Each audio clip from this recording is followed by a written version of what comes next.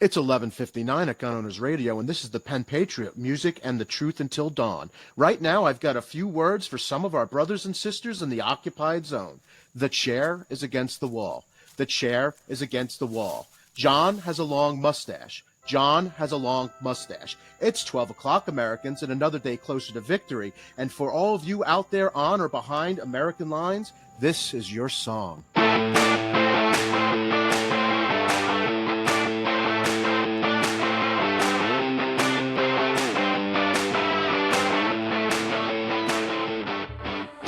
There's a bill being proposed nationally in the big Congress, not at the state level.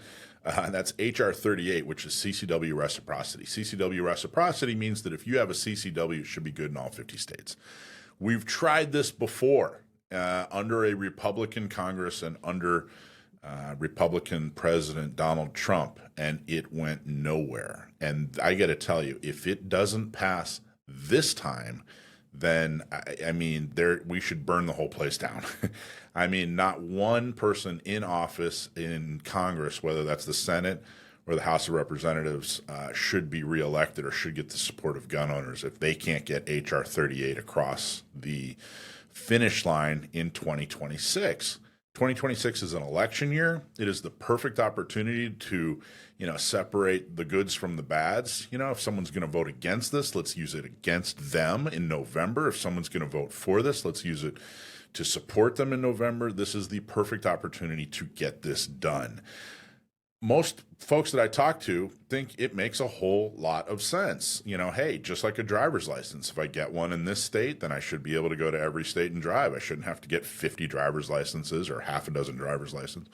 Shouldn't have to worry if the state of Nevada will allow me to drive a car.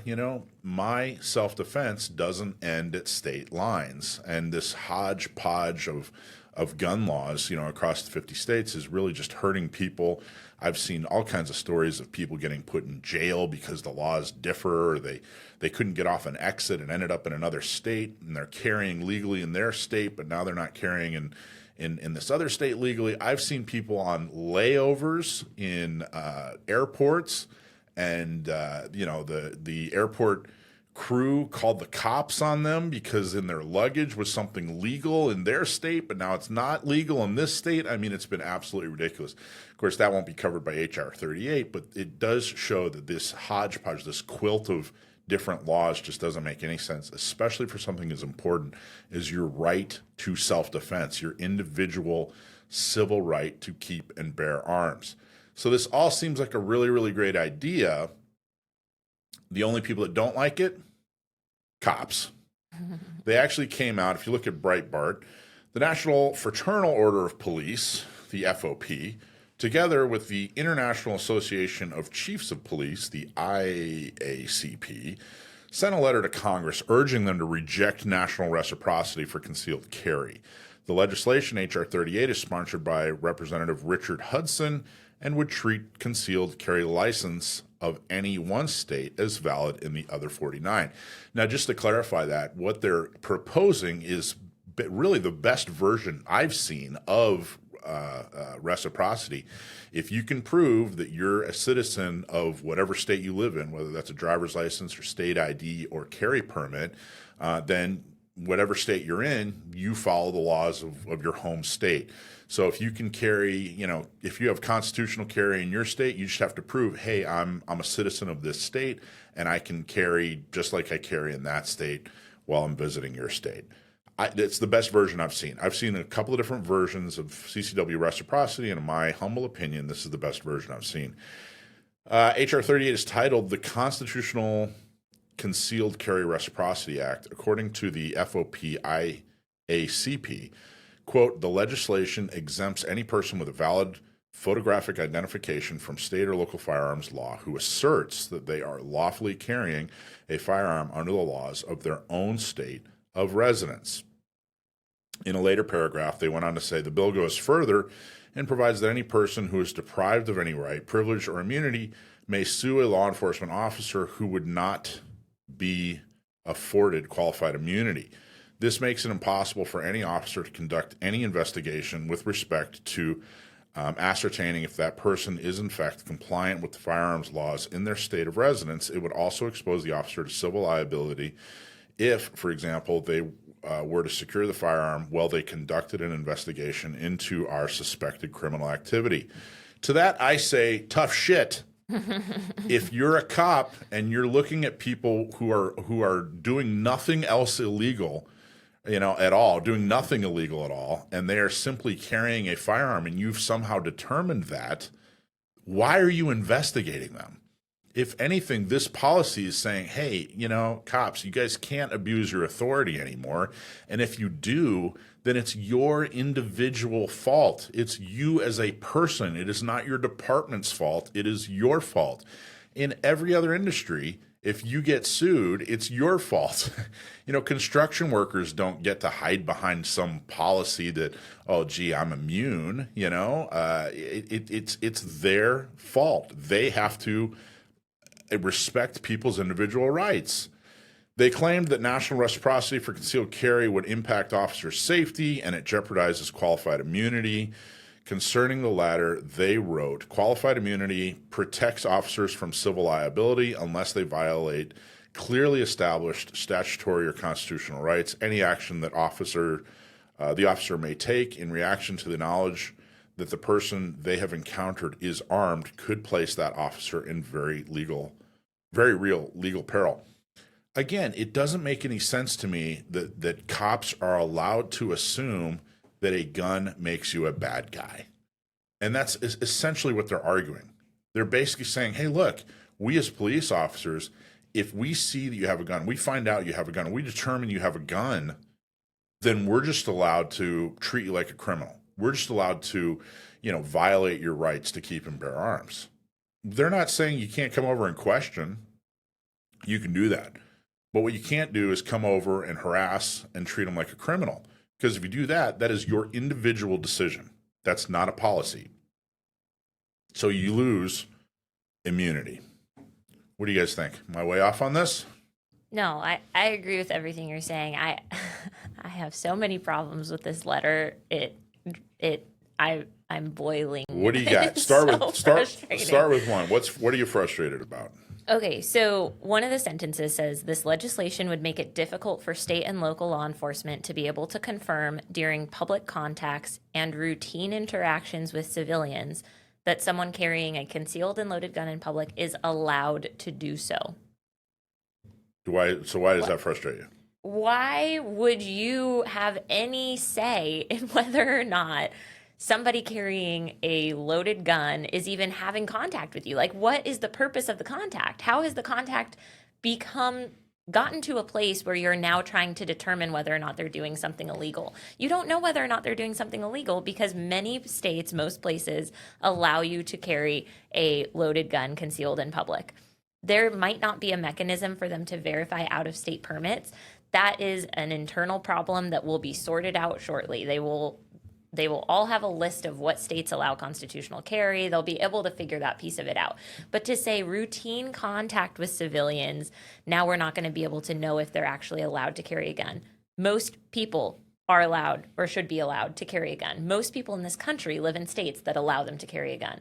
So you're talking about places like California where you've made it so difficult, so tough to carry a gun legally that most of the people that you're interacting with that you determine are carrying a gun are doing something wrong accidentally because the laws are so asinine and so difficult to follow. Well, and what is routine contact? What do they mean by that? Because routine contact doesn't sound like, hey, you're a criminal. Therefore, I mean, if you're a criminal, you're a criminal. You can disarm criminals.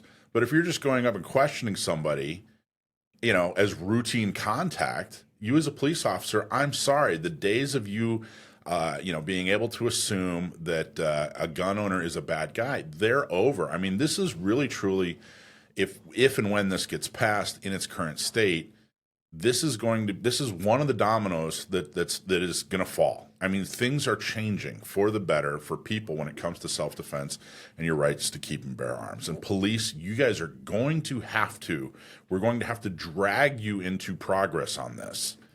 We've seen all over the country where there's a routine traffic stop situation. A cop asks the driver if they're armed, if they have a firearm in the vehicle, that kind of thing, which in many states, the officers are allowed to ask those questions. But most places that we've seen this go wrong, the policy of the police department was not to disarm somebody who's otherwise not committing any crimes. Individual officers have decided to take it upon themselves to ask the drivers to get out of the vehicle and disarm them, even though it's against their policies because they don't know what their policies are. Disarm them, and in the process, there have been multiple civilians shot by the law enforcement officer on accident with their own gun. We showed one on this show a few months ago. Yeah. This happens. So the concept that somebody is being pulled over, they're legally concealed carrying, or you don't know whether or not it's legal or illegal at that point yet because you haven't seen their ID or whatever. The concept that you should just be able to disarm them, take their gun off of them, put it wherever. There was a guy in California that I was chatting with recently who said that a law enforcement officer took his gun, put it on the dashboard of his car in this public area where other people walking by, driving by, could see that there's just a gun sitting on the dashboard of this guy's car. He's like, I felt like my rights were being violated because I didn't want anybody in my neighborhood to know that I have a concealed carry permit, that I carry a gun. But here I am, 2 blocks from my house, get pulled over for, not stopping properly at the stop sign, and now my gun's on the dashboard of my car for all my neighbors to see. Yeah, the picture that they're painting in this letter is what we are criticizing. I'm sure there are a lot of great law enforcement officers out there that do the right thing every single time, but what they're describing and the power they're attempting to preserve, or the power they're attempting to take, and the fact that they're trying to dismantle this reciprocity effort, that's what we're criticizing. We're criticizing it heavily. I don't think police officers fully understand how much political credibility and power they've lost over the last few decades. They still think that, and it was their own doing. They still think that they're a political powerhouse, but they really truly aren't. They're somewhere around, save the whales at this point. And it's their own doing. It's their own doing. They've lost the left. They've lost the right. They still think that they are some kind of significant powerhouse, and they just aren't. And when it comes to butting heads with gun owners, who I would argue, for better or for worse, gun owners are really big supporters of law enforcement. So for them to cross gun owners this way, in this manner, like this, so publicly, it's just another example of the political mistakes they've made. They've pulled failure out of the jaws of victory. I mean, to protect and serve, and everybody loved cops, and, hey, whatever. But over the last, few decades, they've completely ruined their own credibility, and it's moves like this that led them to that. When you alienate people who are generally allies, when you work against them, when you try to stop what is, I got to tell you, one of the most important pieces of legislation I've ever seen as a Second Amendment advocate, you're going to lose people. You're going to lose power. You're going to lose influence. And unfortunately, if you're a line, member of the line, if you're an officer out there, if you're walking a beat, or, a man in a cruiser or whatever, and this makes you angry, you have to understand this is coming from your leadership, and your responsibility is to change your leadership. They wouldn't do this unless they felt like it was safe from you to do it, you as an officer. They wouldn't say these things if they thought they were going to get pushback from you. Well, write your union reps, right? The unions are driving this. Write your reps, tell them that you do not agree with this letter, that you do not agree with this concept. They made so many kind of generalizations in this letter that most law enforcement officers that I know completely disagree with.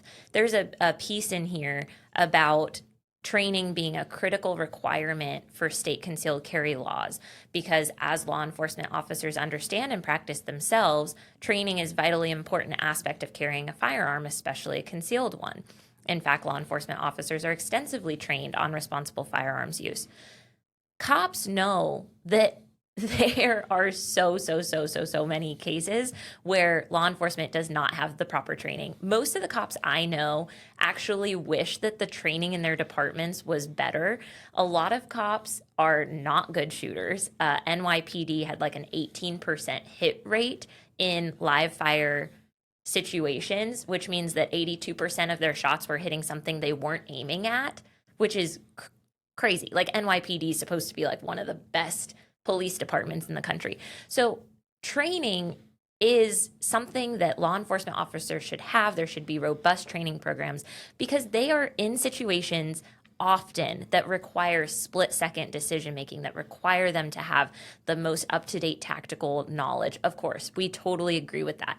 Civilian experience is so different. Many civilian encounters end with somebody just drawing the gun and not even shooting it. So many civilian encounters end with somebody using some de-escalation techniques, pulling the firearm out, pointing it at the ground, telling the person to stop, that kind of stuff. We don't see a lot of civilian situations where they need to be doing everything so perfectly and now they're going behind cover. It's not like the movies. These are like bad guys coming up, robbing you at gunpoint, or bad guys trying to drag you away, to kidnap you, whatever. And the presence of the firearm itself is enough to save your life. And this happens all the time in the United States. We have story after story. Remember that we are not lawyers and nothing that we say is to be taken as legal advice. Our sponsor, John Dillon, is a lawyer, and he has been helping to fight those gun violence restraining orders, GVROs, and more. So if you know somebody that's had their self-defense rights taken away without due process, give John a call. His website is dillonlawgp.com, and his phone number is 760-642-7150. Well, maybe how that statistic where CCW holders commit fewer crimes as a group than the general population, and they commit fewer crimes as a group than law enforcement. Maybe the fact that as a group, law enforcement officers commit more crimes than CCW holders, and like you said, they're not as well trained as CCW holders. Maybe this letter is them projecting and saying, hey, we have a bunch of criminals who can't shoot, so we're going to assume that CCW holders are criminals that can't shoot. Well, and I think law enforcement gets a lot more training than the average CCW holder. Like, I'm not arguing that, but I'm saying that the law enforcement experience is so different from the civilian concealed carry permit holders experience. I don't need the same kind of training that my local law enforcement needs. I hope my local law enforcement has better training as far as, surrounding a house before you try to get the suspect, and car stops, and how to approach a vehicle without getting ambushed. Like, that makes sense. Cops should have all that training. I'm never going after a bad guy.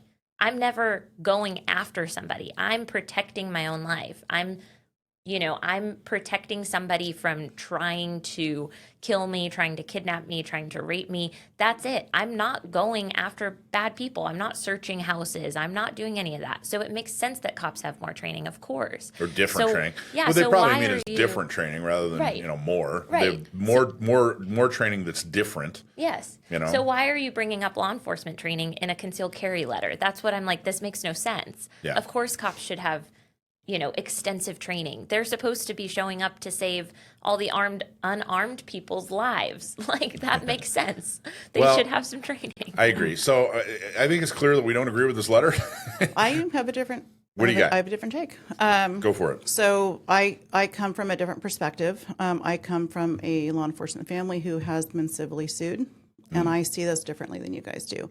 Lay it out there. My issue is that I see this as, I don't know that they are, my thought, I have no idea. I don't know what's in their head. I don't know what's in their hearts. But my take on this is that their issue is not so much that they don't want the reciprocity, that they don't want carry. The idea is that the law enforcement officers, as I read this, are going to be required to uphold the laws in the state that person comes from. And I will tell you, go ahead. That is a difficult thing. You think you have an interaction with somebody. How can you can't know the laws in every state at all times. And if they make a small misstep, the lawsuits are plenty. I think the issue is more so in the framing of how this is presented, that they don't like the way that this is written and what it opens them up to. I don't read this as that they're against it. I think that they don't like the way that this is structured, and that's the issue. And I will tell you from my side, I get it. I can see it. I see what you're saying, but that's why I brought up the way they went about this. You know, the way these law enforcement representative organizations went about doing this. They still think that they have the political clout to be able to do it in this manner.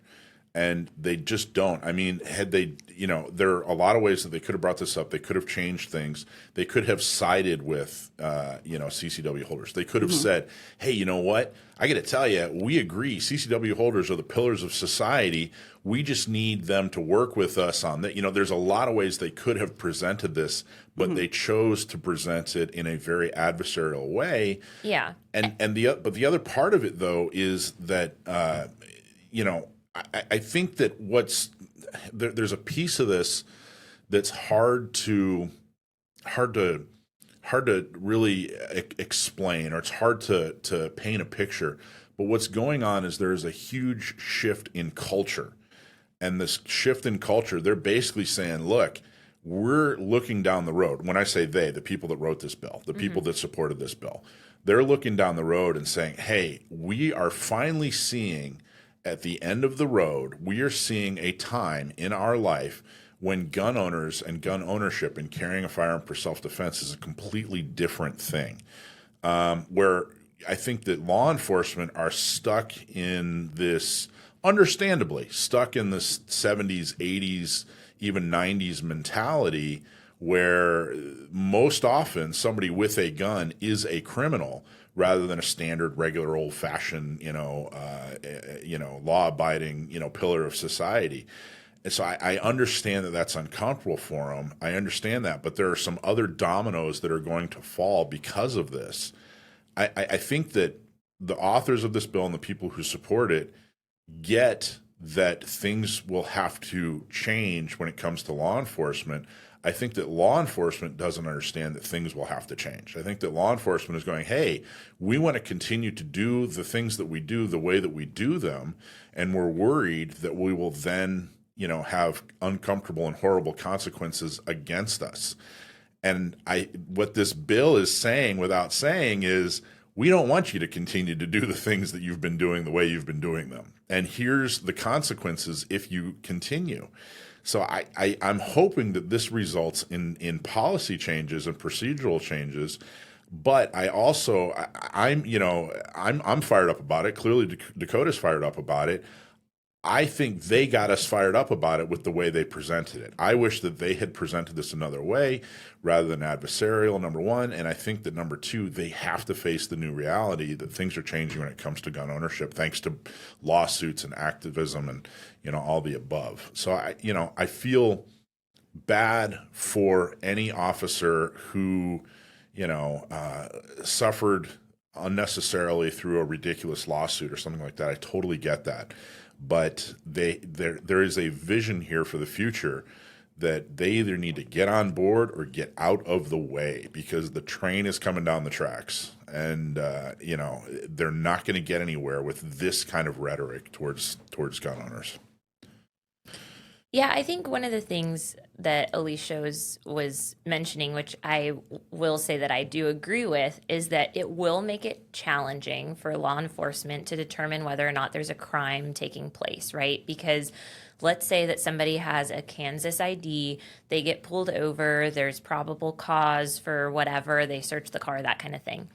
Now we're in a situation where, let's say, an SDPD officer doesn't know the Kansas laws, isn't aware of whether or not the loaded gun they find in the car is legally or illegally possessed. So I understand that creates like a challenge in the sense that that officer is going to have to make some decisions that could later on be used against him in court, right? Like if he makes the wrong call, he could get sued. If he makes the right call in the moment, but later on that guy uses a gun to commit a crime, could that come back on him? Well, you had interaction with this guy and you didn't take the gun, that kind of thing. So I understand that it definitely makes it more complicated.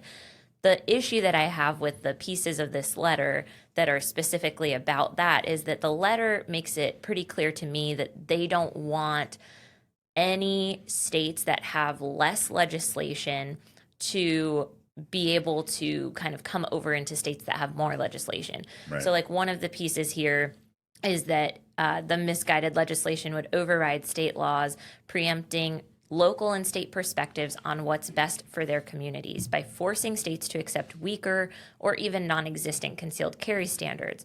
So to me, that makes it pretty clear that the union that is in charge of the police, they believe that concealed carry standards should be high, that there should be required training, that there should be local perspectives on what's best for their communities, which to me kind of reads as like anti-2A, anti-constitutional carry. So I think that's more the problem I have with it. I totally understand that, you know, a state like California with strict gun laws would be getting folks from other states who are allowed to carry their gun in their state and are now allowed to carry their gun in California, who aren't going to know the California laws about not carrying in a place that sells alcohol or not carrying within 1,000 feet of a school. Like there's all these other things that these people would have to learn. And so I do think that there would be a lot of complicated policing happening. And so I can totally see it from that perspective, why somebody who's representing law enforcement would say, hey, we don't think that this is the right move because our people are probably going to get in trouble as a result. So I can totally see where the union was coming from here. I just think they could have approached it much better, and they could have made it more clear where they actually stand on concealed carry policy. If their thought is that they think most folks should be able to conceal carry a gun as long as they pass a background check, then they should have made that clear, because to me that's not really clear in the letter. It feels like they want, you know, state requirements for training. They want really high standards for concealed carry versus, I think, you know, all of us here are probably in agreement that constitutional carry is a right and that everybody that is a law-abiding citizen should be able to carry a gun in public, right? So I think we all agree, just in different ways. Well, I guess, I don't know. Like I said, the tone was way off, and that speaks to why law enforcement has lost the influence that they should still have. I mean, they really truly should still have. We should still be in love with cops, and frankly, it's just not the case anymore. And I think part of that they didn't earn, but part of that they did earn through leadership and through this kind of tone. But I mean, it makes, when he's adversarial towards my ability, he being whoever wrote this letter, when they are adversarial towards my ability to defend myself in all 50 states, I'm going to be adversarial towards their qualified immunity, you know. And maybe that's not a sophisticated way to think, but it's the result of their messaging that I think they need to work on. Anyway, all right, so there you go. HR 38.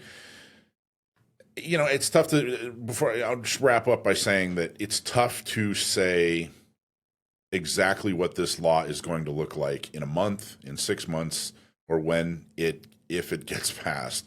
It could change a whole lot. I hope it continues in its current form, in that if you, whatever your laws are, whatever the laws are in your state, whatever, you know, happens in your state that enables you to be able to carry, that travels with you in all 50 states. Will it continue? I don't know. Maybe they're putting out the best version they possibly could in order to get to a version they know they can pass.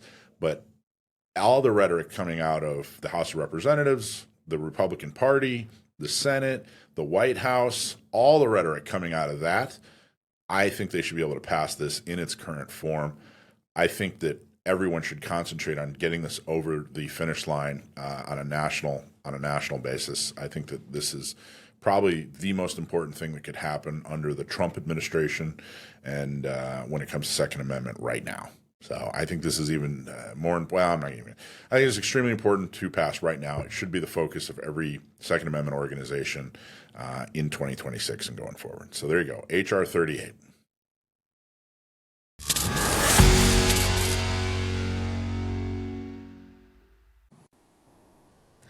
All right, so today we have Larry Rosen on the show. Larry is the host of the Enemies Project, and that is a YouTube docuseries that I had the honor of being a part of. A couple of months ago, we filmed an episode about guns, and I was the pro-gun advocate, and there was another woman on the episode who was the anti-gun advocate, and we were able to have a discussion. And I wanted to bring Larry on really just to kind of explain what this project is, why he's doing it, and to give us some insight into what he's hoping it will accomplish. So Larry, I'm going to turn things over to you for a few minutes. Thank you, Dakota. So first I will say to your audience, who's probably primarily interested in you and your appearance on our show, you were terrific, and really showed up. So I appreciate that. The Enemies Project brings together people of dramatically different viewpoints, often people who hate each other. And usually it's on political issues. And the goal is to show that people we consider to be enemies are actually just us on the other side. They are the same people as us who just happen to be on the other side of an issue, usually because they live in a different area. And so they've got different ideas in their mind. But once the people get to know each other, and the shows always start out with anger, often hatred, and almost always end with deep affection. Not always, but almost always. And the goal is to show that we are basically being played by very wealthy and powerful forces who benefit from our division. I don't want to see more political violence. I don't want to see this world that we're creating for my kids. And so my goal is to help heal us. And it's really telling that in virtually every episode, the people on the show conclude we're being played and we should be friends. It's not every episode. And in fact, on your episode, Dakota, yours was a bit of an exception. Not that you had anger at the end, but it was the exception where there wasn't deep connection at the end. And we'll talk about that. But that's the point of the Enemies Project, is to basically help us understand that we're really think we're divided on issues. The issues actually we're quite close on. It's that we hate the other side. Yeah. We think they're evil. We think they're bad. I think it's absolutely fascinating, Larry. And I got to be honest, when Dakota started talking to me about this, I was not really supportive of her going on. And I thought that it was going to be, like rage clickbait, or a gotcha, which I'm always concerned about that. I was so impressed when I actually saw what was going on and what you were doing. I think it's really amazing, and I realized that it really has nothing to do with guns. It was all about guns, but it had nothing to do with guns. And I'm curious, tell us a little bit about, how did you get here? Like, what were you doing, 5 years ago that made you think, hey, we need to do this? Or what's your background? How were you able to come up with this? This is brought to you by Cargo, cases and rugged gear outfitters in El Cajon. Go to cargostores.com, buy something today, or visit them at 423 Broadway in El Cajon. There are two enemies of your firearms, rust and the government. The good news is Cargo has your back on both fronts. As a proud sponsor, they're helping us fight to get more pro-Second Amendment officials into office. And their rugged cases help you keep your firearms secure and protected. Built like a tank, Cargo cases are stackable, weatherproof, and ready for anything. Whether you're hitting the range or going off the grid, you need a Cargo case. Whether for your gun or other equipment, you need a Cargo case. And here's something that's just for our listeners. If you buy a Cargo case in the store at Cargo Rugged Gear Outfitters in El Cajon, just mention Gun Owners Radio, and you're going to get a free desiccant pack. And that's going to help keep your gear bone dry, battle ready, and rust free. Visit them at 423 Broadway in El Cajon. Great products, great prices, and uncommonly good service. Cases and Rugged Gear Outfitters. Cargo. Check them out. So I'm a mediator, which is a professional peacemaker. I'm a lawyer, and I handle a certain kind of mediation. So all I do is mediate, and I handle a certain kind of mediation in the law where people know each other personally, and they have a broken legal relationship because their personal relationship is broken. So they're getting divorced. They're family members who can't speak with each other and they run a business together, founders of companies, that type of thing. And what I've always found is that people are never arguing about a real issue. They're almost always arguing about something in their relationship that is broken. They don't know that.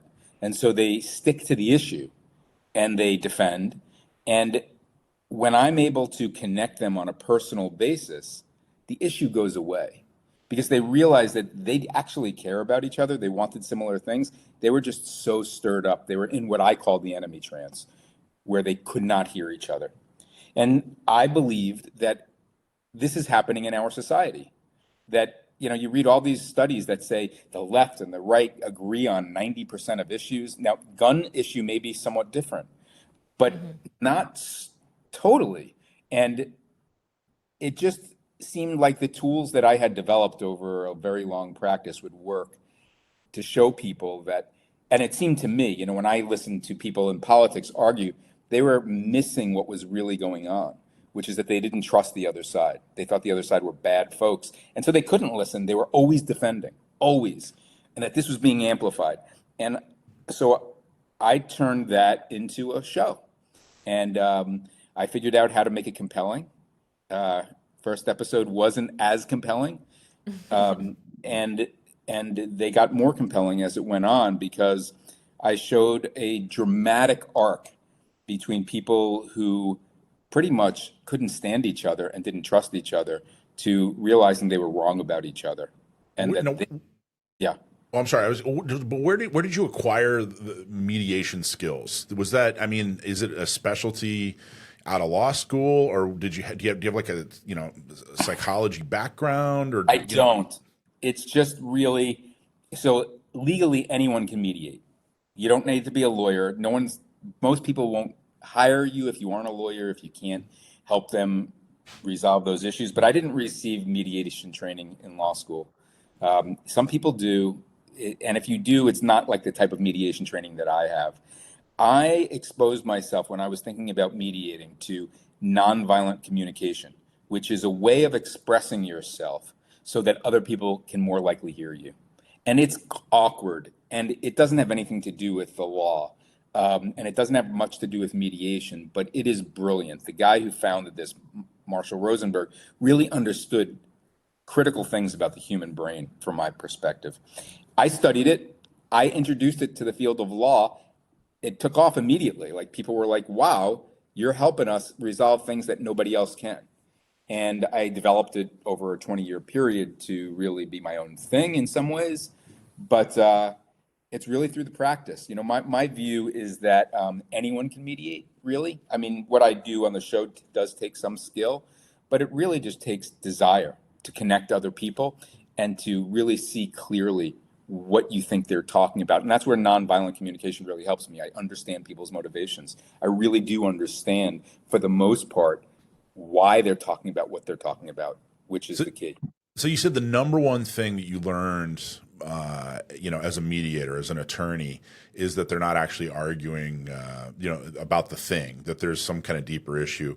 Is there something that you've learned since you started the YouTube channel that, that rivals that, or what's the number one thing you've learned? That has been confirmed 100%, that people will find common ground, not when you tell them to find common ground, but when they understand each other. And even more so. So what we have in the United States, it seems like we're incredibly polarized. We disagree on everything. We actually don't. The problem is that we are always on defense, always. We cannot admit anything to the other side because they are the devil. And I mean that metaphorically, of course, but if you realize that we accept corruption, both sides, on their own side, because they think the other side is worse, you can understand that what's really going on is that we think the other people are bad and their system is corrupt. And so we accept it on our own side. And so I don't even remember what you asked. That's okay. You know what? Before we're starting, I think we got too deep too fast. Let's take a step back. How did you? So I was very impressed with you. You picked Dakota and you picked another woman, and I was impressed at the level of screening or vetting that you did, because it was clear that you picked two people who had other things in common, other situations in their life, or other characteristics in common, and you put them together. And it looked like that you were trying to find two people that were very similar, and the one thing that they didn't have in common was this opinion on this political issue. So Yeah. I'm curious, like, how did you come to that conclusion, or maybe talk a little bit about what you were trying to achieve when you were deciding, who to pick for these various episodes? So what I've found is it doesn't really matter who I pick. They don't have to have a lot of things in common. It helps. And Dakota and Holly have a tremendous amount in common. For people who are going to watch this, their childhood, they each, and I don't know if your audience knows this, that Dakota had an amazingly challenging childhood and came through it in a way that is really unexpected, because emotional challenges, being abused in certain ways, or at least seeing terrible things, those experiences very often drive people to be very selfish and not to want to give to people, or they can drive people to really contribute to others. So Dakota had this incredible childhood that drove her to contribute to other people. Holly had the same exact thing. She also went through incredible experiences where she saw her brother get shot in the head, and was holding him in her arms, and she's witnessed other people get shot. And, so they had these two different things and two similar paths that drove them like this, but both in trying to care for people. So you might say, well, I found these people who have the exact same backgrounds, and my goal is to demonstrate that we are just them on the other side. And that was demonstrated. But in other episodes, it's not the case at all. Like I did one of our most powerful episodes is a trans woman and another woman who is MAGA, who believes that trans people belong in mental institutions. So these people have very little in common. They, though, ended up loving each other at the end, saying, I love you, and hugging. Now, it doesn't mean that they change their views. Like the person who is MAGA doesn't necessarily believe that trans people should be around children. But she sees this other person as a beautiful human being, and vice versa. The trans woman now really understands the concerns of the person who's MAGA. So those people didn't have a lot in common. And the key is really to help people see each other as a human being, see their suffering and see what brings them joy in life. And once they do that, they can hear political issues because they're no longer on the defensive. Like, I don't have to defend against you anymore. I think if you're a good person, and I can hear you. Well, it's hard to hate somebody who's standing right there in front of you. It's a lot harder anyway. And it's a lot harder, but it's not impossible. It's not impossible. Yeah, I kind of started to correct myself there. But let's look at Jubilee. Jubilee, Yeah. which is a YouTube show that has 10 million subscribers, and you've probably seen their segments where they bring opposite political people together, right? And they're I haven't seen it, but okay. The same people who are on my show. On that show, sometimes on that show, they beat each other silly. They hate each other. They're there in person, but they are encouraged to debate. And in a debate, you don't concede anything. You don't learn anything, and you don't see the other people. Your job is to defend, and you're not really even listening to learn. We all know how to debate because we feel attacked immediately, and we can't give anything. So it's the same people, same kind of situation. But if you instead bring them to really hear each other, these people will love each other.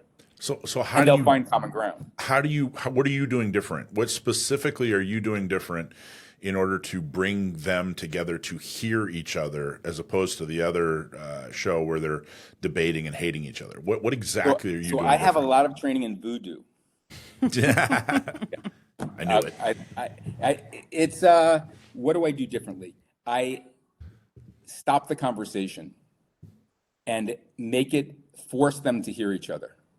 I make it an artificial conversation where it's not a back and forth, where we are dedicating our attention entirely to one person at a time. And people want to, if I'm listening to you and I really don't like you, even when I'm listening to you, I'm going to ask you questions that try to prove you wrong. Even if I'm saying I'm listening to you, I'm going to, be curious about you, but with an agenda of trying to unravel what you're doing. And I don't allow that. Basically, if I sniff out any political motivation when we're listening to the other person, I call it out and I basically force them to hear the other person so that they can articulate what the other person is saying themselves. And eventually this trust builds between people where they're actually no longer defending and they're actually listening. And then the most powerful part in most shows, and I would say in all but Dakota's show, actually, is that they do this thing at the end called identity confusion, where they role play each other. They must advocate for the other person, switching roles. And most people do an unbelievable job because my belief is that we are exactly the same. If you understand the other person's experiences and you hold their beliefs, which they learn about in the first part of the show, you can be that other person in an unbelievably convincing way, in a way where you're expressing what they didn't even express, and it's accurate.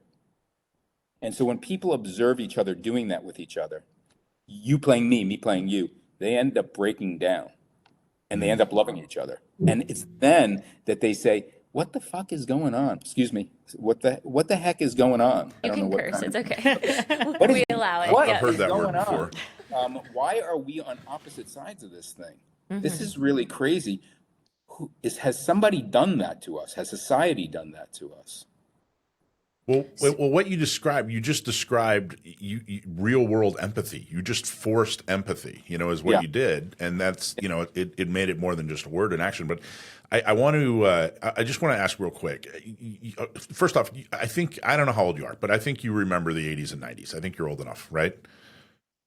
Yes. Okay. I was going to say, all right, you and I both. So somewhere after the 90s, everything changed. And I've always blamed it on the internet. And I'll tell you real quick, I had an interesting experience. I remember when Facebook was young, I posted something about abortion and it blew up. And I think that arguing on the internet and political divisiveness and anger has gotten so normal that we don't even remember a time when it wasn't like that. But I specifically remember a moment in time when everybody on my Facebook page weighed in on this and went after each other. And I got so much feedback from people saying, wow, I've never seen a discussion like this. This is amazing.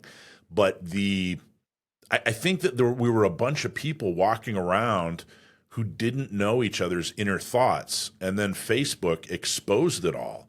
And I've always blamed it on that. What are your thoughts? Like, what changed? I definitely think that technology is at fault, but I have a specific reason why I believe that. The most challenging thing for a human being, the most threatening thing, is to have someone else judge them. It's evolutionary from my perspective. That's how you got expelled from the group. If someone judges you negatively, if you're bad, you're a terrible person. What groups have done traditionally, left and right, any tribe, is the way they motivate their people is they call the other people bad. They call them evil. They demonstrate how the other person's side is selfish. That is extremely motivating to their own side. Morality is the language of war that motivates our own side to defeat the other side. So that has worked traditionally very well. What's happened with technology is everything we say to our own side gets played for the other side. So what we used to do to rile up our own side now causes the other side to hate us. When Hillary Clinton said, what did she call? Basket of deplorables. Basket of deplorables, okay? She said that to her own people, and they screamed, that is so right, they're deplorables. That lost her the election, most likely, because that is unbelievably threatening to the other side. And that's what the media does, is more than play what is good for our side, they play the other side over and over again in what they were saying to their own side, because it's a threat. That gets us watching. That gets us addicted to the media. That is the technological amplification that the world has never faced. that we hear on a constant basis what they are saying to their own people. And so we are constantly under threat. And what happens when a human being is under threat is that the part of the brain that processes empathy shuts down. If you're threatening me, it makes sense for me not to give a shit about you anymore because I've got to take care of myself. It's adaptive for me not to care about you. And so what happens is both sides stop caring about each other. And what happened there, so this is what's called the enemy trance. Threat, I stop caring about you. Empathy is shut down. But there's even something worse that happens when empathy shuts down. The way I understand you and your intentions usually is that I feel what you're feeling. You're talking to me, I'm reading your face, I get you. You know, you've fallen down, I see that you're hurt, I feel it. If you're talking about, protecting your kids in some way, I feel it. But when empathy shuts down, I don't feel what you're saying at all. And so what happens is the brain still wants to process understanding. I still want to understand you. And the only thing that's left is theories about you. So when empathy shuts down, what happens is I assign all sorts of malice to you. I believe you're evil. It's just natural. It's what happens. I'm going to see your effect on me and I'm going to say it's intentional. You're intentionally wanting to hurt me. You're intentionally a bad person. I'm going to make all sorts of mistakes about you because I can't feel you. And I think that results in us thinking they're evil. They think we're evil. And it's just out of control. And that is a result, from my perspective, of technology and everything being shared. I think that's something we're seeing all the time in discussions with folks, right? Like you have a friend that you disagree with and you can't get over this issue. And a lot of people just decide, okay, we're just not going to talk about X, Y, or Z with that person because we're just not capable of having any sort of an agreement or having any sort of, compromise or whatnot. And in the show, what's interesting is that the same conversations that we wouldn't be having with our friends or loved ones because we know it would drive us apart, we're being kind of forced to have. And as a participant on the Enemies Project, one of the things that was so interesting was that because I knew I wasn't going to be, allowed to kind of refute some of the things that I didn't agree with, I wasn't spending my time thinking about my next comeback or thinking about the next thing I was going to say because I knew I was going to have to try to find common ground. So instead of thinking about, well, that wasn't correct or I disagree with what she said there, I had to be thinking about, okay, how can I find something that I agree with her on or how can I try to understand her perspective? And that was a completely different way to do debate than anything I had ever seen until watching some episodes of your show. Yeah. It is. It's a different way to go about it. And I guess when you're not allowed to strike back, your mind processes things even consciously just differently. You're like, I'm looking for different stuff. Now I'm looking for different stuff in what you're saying. Not thinking ahead to the next point I'm going to make, but trying to figure out, okay, how can I let her know that I was understanding where she's coming from, even if I don't agree with the solution that she, feels. For folks who are watching this, if you do watch the episode I was on, you're not going to see me annihilating anti-gun arguments. That's not the point of the show. That's not what it was at all. But really what I hope it accomplishes and what I hope people see from it is that we can have really difficult conversations with people that completely have 100% opposite opinions on most things related to the particular topic at hand. Holly and I probably have very, very few things related to guns that we could agree on, but we can agree on some of the values and some of the underneath the surface points of the discussion, which is that we want our communities to feel safe. And Dakota, I would say that. Oh, sorry. Yeah, go ahead. That is a point that people on the left don't believe about the people on the right. What do you mean? Expand on that. They do not believe that people on the right want their communities to be safe. If you ask people on the left, they'll say that you don't care about lives. Well, what's your motivation if you ask them? They'll say they just want their rights. They just want to shoot guns. They want their toy. They want to dominate people. This is what they believe because empathy inside them has shut down. Okay? So they're coming up with theories now. about why you would want guns. Because from their perspective, guns hurt people. So you must be evil and have very, very weird intentions to them. Selfish. Absolutely Yeah. selfish intentions. And so my hope was that people on the left would see that, okay, you may not believe that what the right is doing is a good idea. But look at this person. This person, Dakota, sincerely, deeply cares about life. And I don't want you to doubt that anymore. Go ahead. I was just say that's extremely admirable. What was your goal? And I think it's a good observation. What was your goal, or what is your goal for people on the right? What do you hope they gain from this? I hope the people on the right see that people on the left sincerely believe that the people on the right don't care about life. So I want the right to see through the eyes of the people on the left, that the people on the left sincerely believe that. And so they can't easily communicate with you. I also think I want people on the right to, I would say that is basically it. I think, and that people on the left, I don't know to what extent people on the right believe this. I think they may not, that people on the left are sincerely concerned about human life as well. And I think that people on the right largely understand that, but not completely. They believe that some of the motivation is really to have control, to have political control, for there to be lies told intentionally so that they control their base. And when you speak to people on both sides, you just see that they have almost the exact same intentions. They just don't believe it about the other side.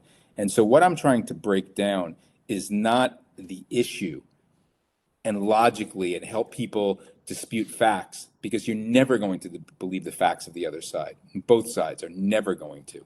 What I'm trying to help them see is that this is the exact same person who wants the same stuff in life that you do, deeply, and particularly the activists.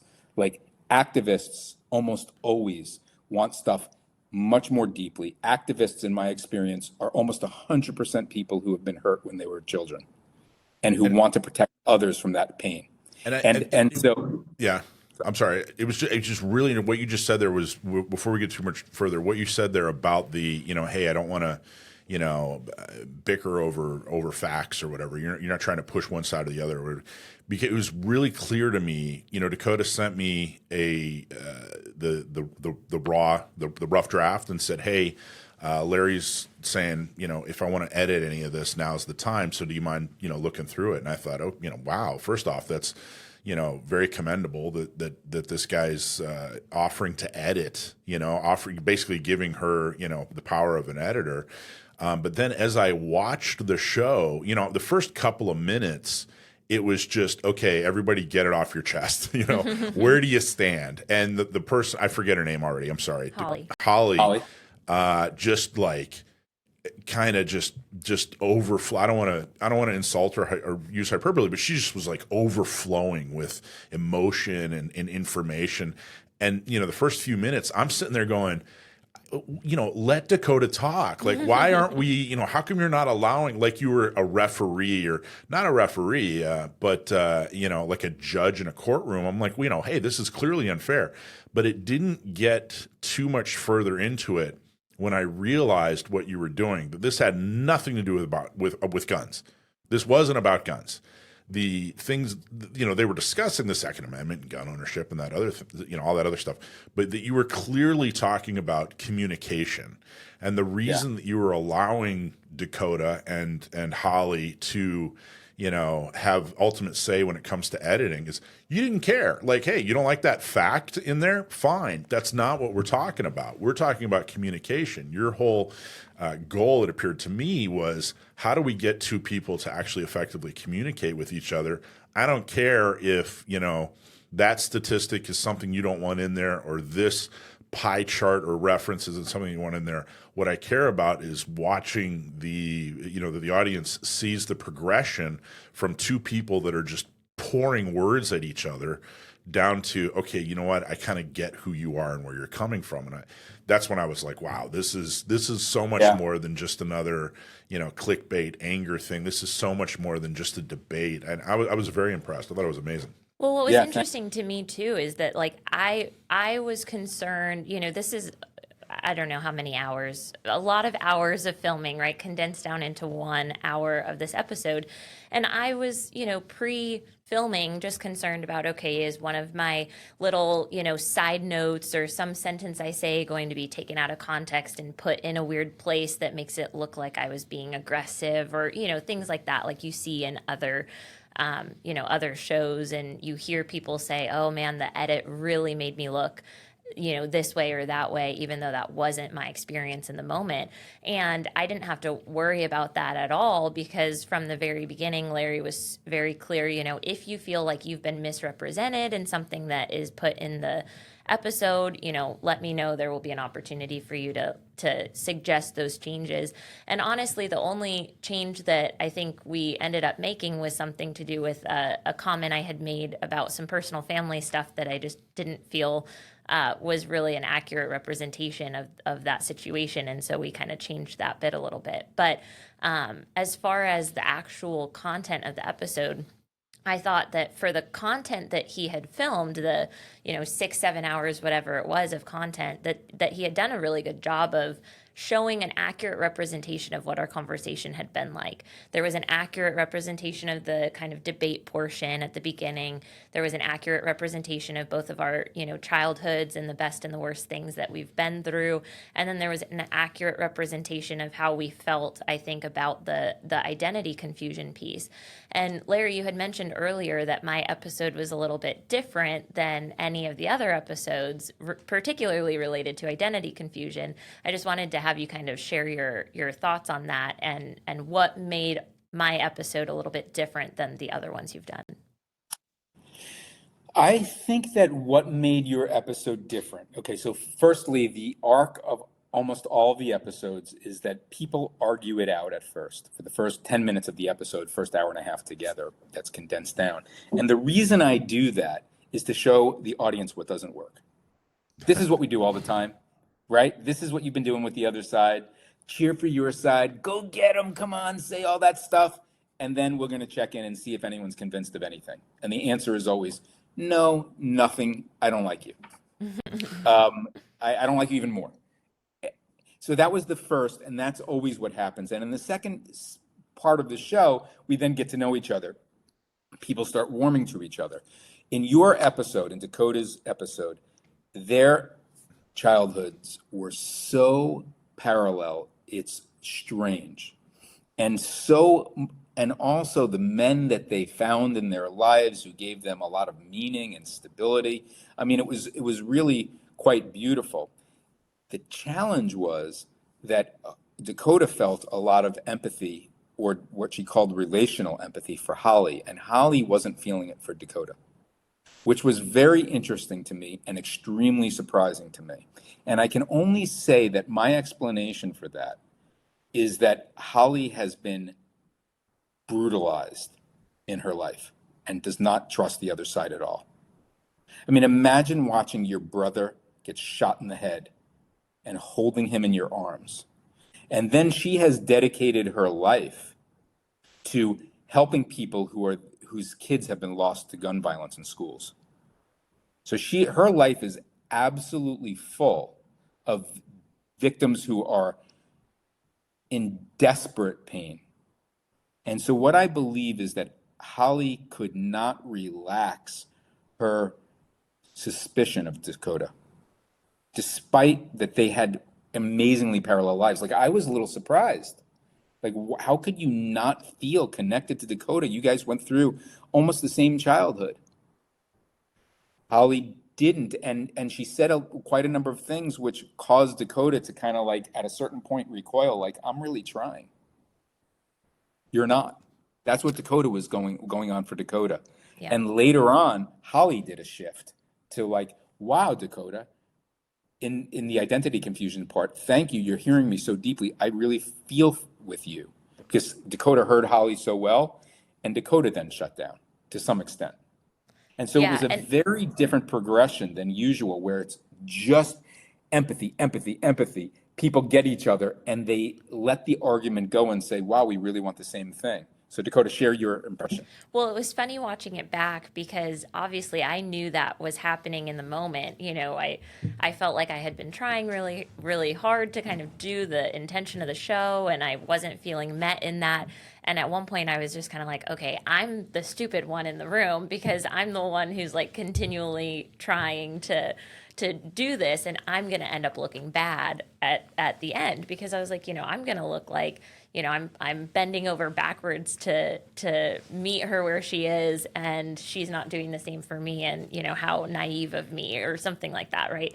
And so I was thinking that in the moment, and I was like, all right, I'm going to be a little less giving, and that sort of thing, but I thought I was doing it well enough that it wasn't going to be obvious. And then I watched the show back, and I was like, oh yeah, right there you can see that I made the decision to kind of be a little bit more keep my cards closer to my chest, I guess.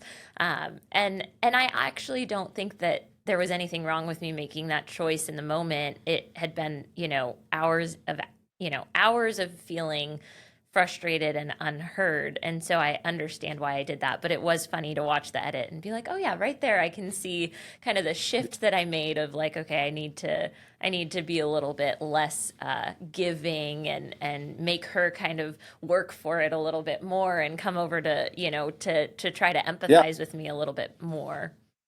So, and what I'll say about this episode is that in some ways, it's a disappointment, because I want people to really understand each other. When they do, common ground just emerges. They don't have to work for it. It's just there. Common ground didn't emerge because in the end, the two of you were still feeling some defensiveness. Mm-hmm. And then it cannot emerge. What I'll say about the episode, though, is that there are a number of comments, I don't know how many, or likes to comments, maybe hundreds, that this was their favorite episode in a way where they really liked that it didn't emerge like it has in every other one. Because what it did demonstrate is how much pain all of us are in about the other side, or how much we distrust the other side. I mean, that's just the reality. Don't call it pain because that's too weak or whatever, but that's just the reality. The people on the other side are just assholes, right? They're just... Whichever side you're on, the other side are just assholes. Yeah, exactly. And so you can see in this episode that even with my help, even taking them through this incredibly powerful process, you can see that it's really hard for people to trust each other. Even when the audience trusts that this happened to both of them and they're both sincerely interested in human life, they start to doubt it in each other. And so what's really powerful is it demonstrates that the problem really is what's called affective polarization. We don't like each other. We don't trust each other. If we did, we could work things out. I have no question about that. The gun issue, if you put two people, I did another guns episode, my first episode, and it worked out amazingly well. It was between these two women who loved each other. It was beautiful. And they said, we can solve it all. And they did. They came to all these agreements, and I was like, no one's going to listen to you guys. No one's going to listen to your agreements. So I didn't air that one because there was no conflict, because I didn't yet know how to create drama in the show, and it was boring for people. I'm going to ultimately air it, but what I want to say is that common ground emerged for them because they ended up trusting each other and loving each other. Well, that's what's broken in our society. I think there's a lot to be said. You were talking about how, I'm going to summarize, but I think it goes to what you're talking about here with, the difference with Dakota and Holly's episode. The anti side, the left side, whatever you want to call it, the non-Dakota side, the anti side, they view us essentially as evil, and we view them as just wrong. And I think it's harder to change evil than it is to change wrong. And I think that's a really good observation.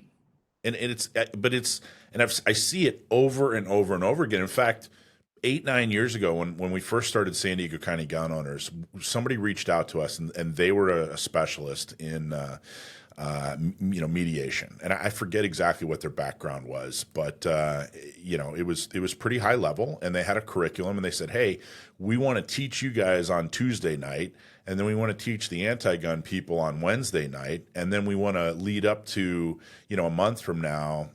Everybody gets together and tries to do kind of essentially what you were trying to accomplish. And we jumped in. We're all for it. This is great. But as we got through the process, as we went through the process, it became very clear that it wasn't as kumbaya and understanding as we were led to believe. It was more of a, hey, if you knuckle dragging evil gun owners just learn how to communicate, then we can convince you that we're right. And that becomes the agenda. Yeah. And before we even got together, I pulled the plug. I said, I'm out. I'm done. We're not doing this. You're not going to lead us by the nose and, treat us this way or whatever. And, I think that but that loss of trust completely killed it. We were done. There's no way. If I can't trust you, if you've misled us this much, if you're not really trying to understand me, you're trying to change me. I'm not. Yeah, that's exactly right. And from my perspective, and that's what's happened in society. We've mistakenly concluded that we can't trust the other side. We've mistakenly concluded that the ordinary people on the other side are not trustworthy, are not good people. That's a construction. The ordinary people on the other side could be sitting here with you right now on your show talking about guns if they were born in Texas. They're the same exact people. I chose Texas, so yeah. But it is completely a breakdown of trust, and I don't think that we really recognize that as a society. We think we're talking about issues, and we're not at all. We've just lost faith in the other people, and we're wrong. We're wrong about them consistently, and that's what we show on the show. We just aired an episode today called "A White Cop and a Black Protester," and it is outrageously good. I mean, it is off the charts powerful. And they come in and they are arguing. What are they even arguing about? They're supposed to be arguing about protesting and police, and they end up arguing about slavery. and he's saying that there have been more white slaves than black slaves, and she's saying you don't understand the black experience, and he's saying you don't understand what it is to be a cop. And it's just off the charts. Like, what are we even talking about?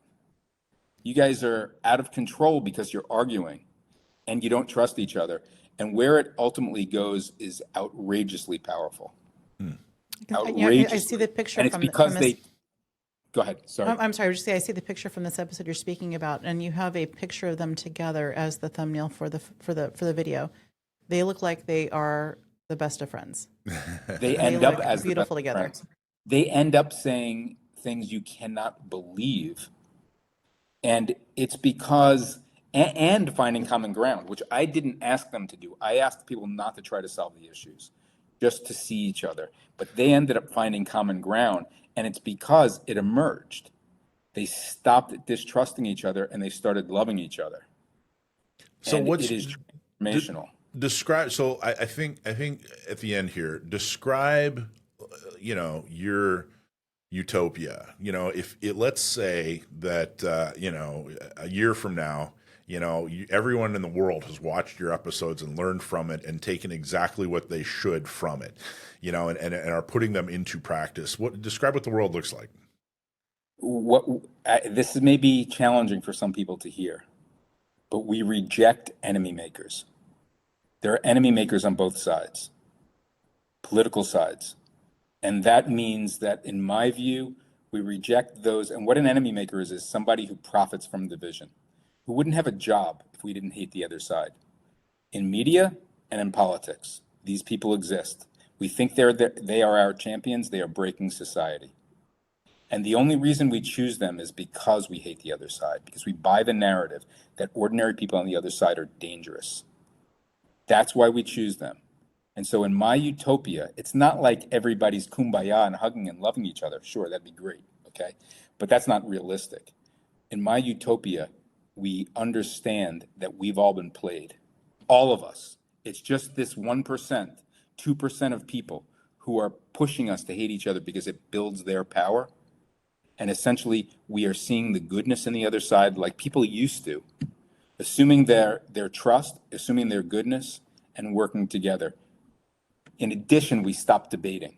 It does nothing. It is the common way we interact with the other side now. And all it does is it builds the war.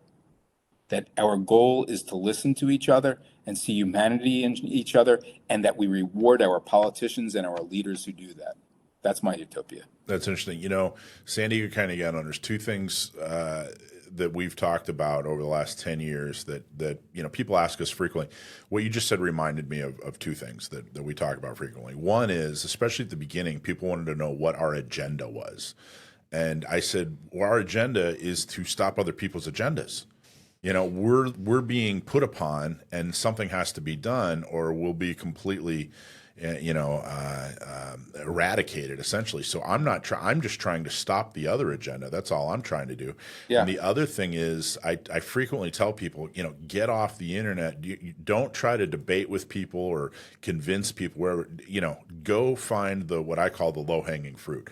Go find people that agree with you, and let's just go, you know, get people elected, whatever. You know, debating and arguing and figuring out the best way to convince the other side that you're right. I just don't, it's just not fruitful. Facts don't matter. Just understand that. If I could teach people one thing, your facts do not matter to the other side.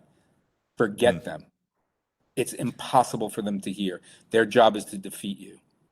You cannot proceed with anything that is an attack. Do you feel comfortable telling us where you land politically? Do you think it's better that we don't know? Because I have no idea. I don't know where you land. Yeah, I don't. I will say this, and I mean this fully. I see the beauty in all people.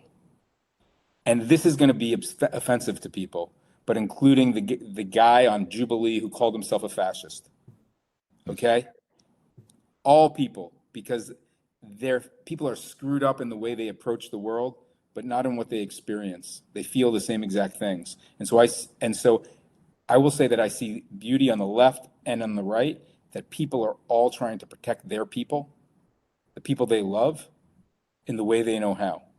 And my politics, I think that sometimes one side is wrong and the other side is right in terms of what's more effective. But I don't really think that I would be led by either side happily if they weren't fighting with each other, if they were cooperating. All right, Larry, who is clearly a better man than I, and his but it's true. I am a better man than you. From the Enemies Project. Anything else for Larry? Or I just want to commend you, Larry, for I honestly hadn't not heard of your project before. But I did take the time to kind of spend some time looking at it. I did also look at Jubilee, and I just want to commend you for taking a different path. Because coming into it, just like Mike, I didn't really know a whole lot about it. You kind of hear when you take two sides and you kind of bring them together, it's going to be for sensational reasons. You're looking for clicks. You're looking, and that's not what it is at all. No, that's what Jubilee is, but it's not what you're about. And I just want to commend you for going about it in the way that you're going about it. Thank you. I'll say two things in close. If you want to get a sense of the project, read the comments. You know, tens of thousands of comments saying this changes the way they view the world. Watching an episode or two actually changes the way they view the other side and how they want to proceed in the world. That is incredibly powerful to me and rewarding to me to hear that. And it's not just like 5 people. It's thousands upon thousands. And we're young, you know. We've only done 8 episodes and it's really having a dramatic impact. The other thing that I would say is that how people can help if they're interested in helping. And that is spreading the word among conservative audience, because our audience is 75% liberal or left now.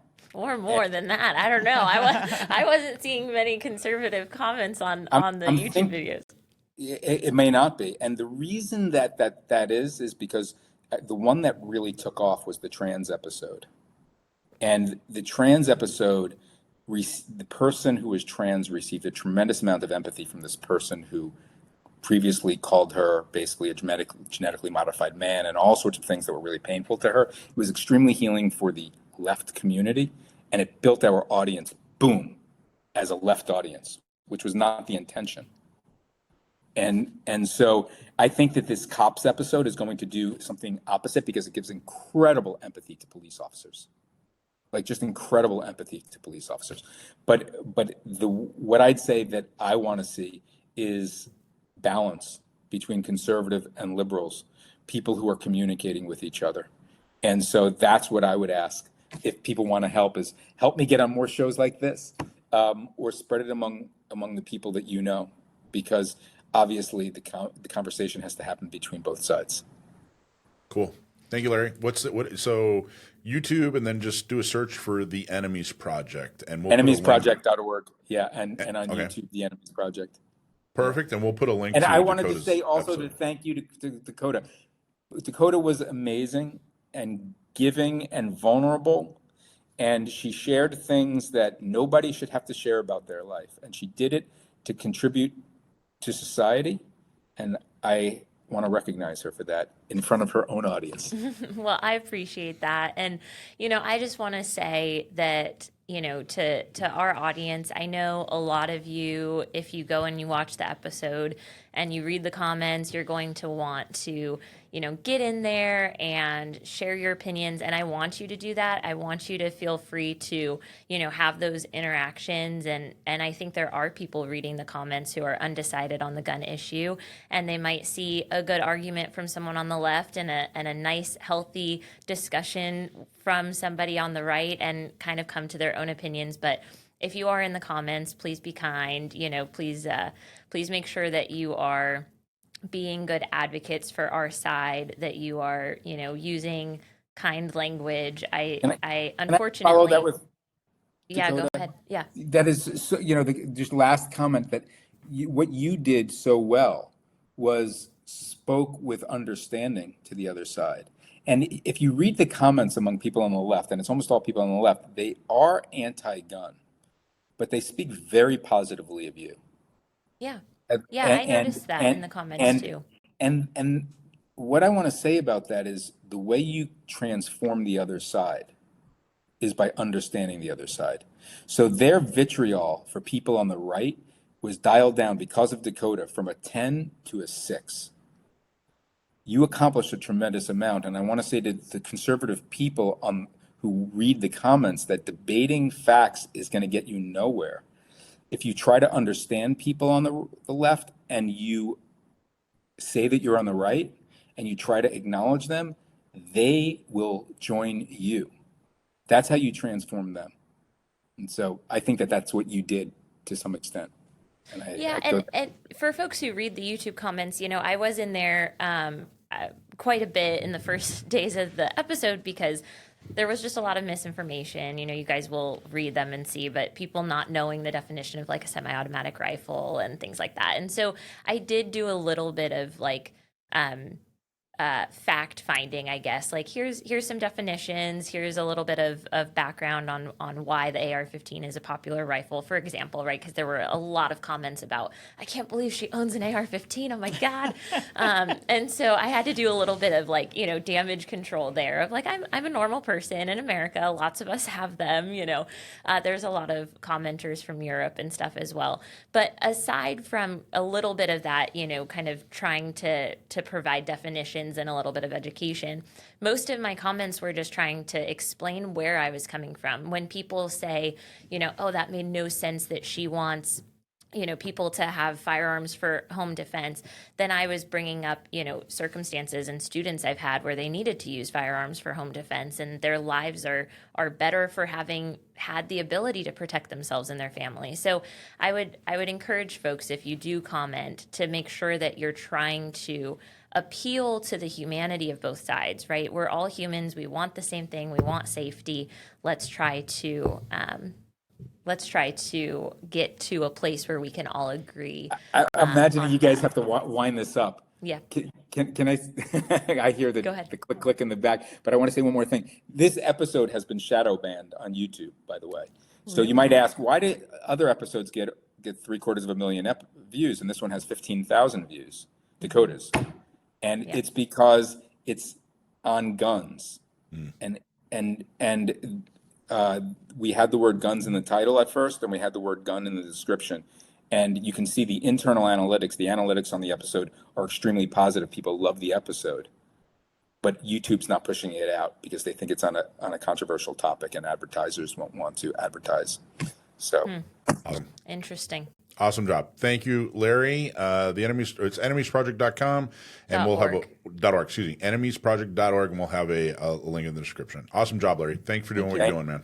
Thank you.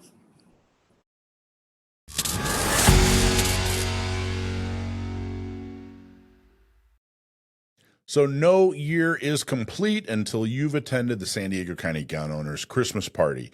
And we're going to have a really, really fun one this year. Mark your calendar, December 17th at 6 p.m. And we're having it at the train station out on Old Highway 80. If you haven't seen that venue yet, it's very, very cool. It's free to attend. There's going to be food and drinks, but we're also going to have auction items. You could win, if you attend, a Springfield 1911 TRP. That, of course, is in .45 caliber. And you could win an African safari. Don't miss this opportunity to come out and celebrate success, celebrate the holidays, be with other people, with San Diego County Gun Owners members. It's going to be very, very cool. If you've never seen the train station, it's so neat. It's an old Santa Fe caboose that's been restored. And like I said, we're going to feed you. We're going to have drinks. It's going to be a lot of fun. There's going to be movers and shakers and other gun owners just like you. So what we need you to do is go to SDCGO.org, SDCGO.org, click on the flyer and reserve your spot. Just RSVP and let us know that you're coming December 17th at 6 p.m. at the train station right here in San Diego. We're going to celebrate the holidays and Christmas and our success this year. We're going to look forward to a very successful 2026 at our Christmas party. So again, go to SDCGO.org to reserve your spot.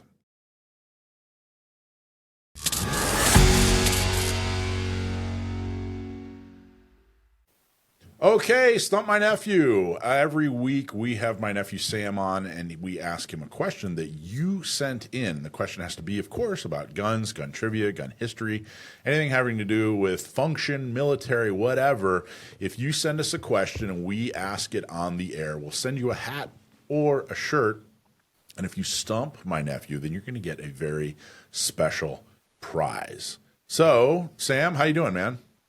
I'm well. How are you guys? Fantastic. Good. Doing good. So I think we have a good question. I'll be interested to see.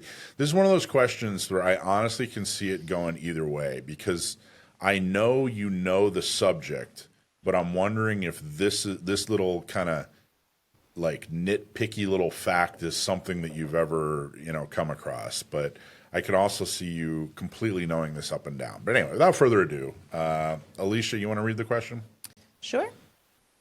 All right, Sam. So we have our question today from Sarah, and Sarah comes from Marietta, and she's asking, the Lee-Enfield is a bolt-action magazine-fed repeating rifle that served as the main firearm of the military forces of the British Empire and Commonwealth during the first half of the 20th century, and was the standard service rifle of the British Armed Forces from its official adoption in 1895 until 1957. Bit of history there. Here's the actual question. What is the origin of the name? Sarah from Murrieta, thank you very much for writing in. I like questions like this that have a little bit of background. They remind me of Jeopardy or something.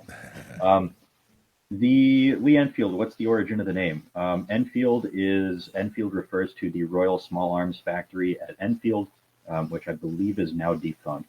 But that's where, it's either where the design work was completed or where they began manufacture. I'm not positive. But I know Enfield comes from the name of RSAF Enfield, the factory there, the government-owned arsenal there. Lee comes from the name of James Paris Lee, who he invented the box magazine. This is one of those things that, like, there are all these things we take for granted nowadays that someone had to invent at some point, like the box magazine. The thing where it's a spring and a follower and you put rounds in and then they come out the top. that he invented that. James Paris Lee invented that. So his magazine system went into the Lee-Enfield. It went into the Remington Lee that the U.S. Navy used in small numbers in the late 19th century. And of course, the same basic magazine design would become ubiquitous. I mean, if you carry a Glock, it has a box magazine. If you carry like basically any semi-automatic pistol and rifle, with very few exceptions in the modern world, uses some form of box magazine that traces its origin to James Paris Lee.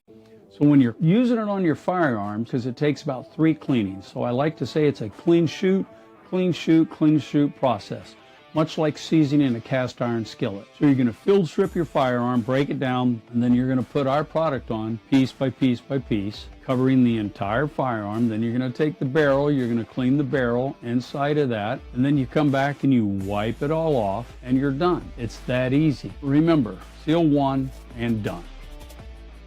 It's become so ubiquitous that you have to, originally a magazine was just the area in the gun or even on a ship where you store the ammunition, and now it's almost odd. If it doesn't have a detachable magazine, you have to clarify that it has an internal magazine. If you just say magazine, people know what you're talking about. You're talking about a detachable magazine. But if you have like a bolt action, Remington 30S, and you talk about the magazine, you're talking about the internal compartment in the gun that doesn't detach, and you actually have to clarify that it doesn't have a magazine rather than a detachable magazine. I think it's an excellent point. All right, what did he get it right, or what? Yes. Did he? 100% correct. Literally almost every Absolutely. word in the answer was said by Correct. Yeah. Yeah. James if I Paris may. Lee. Go ahead.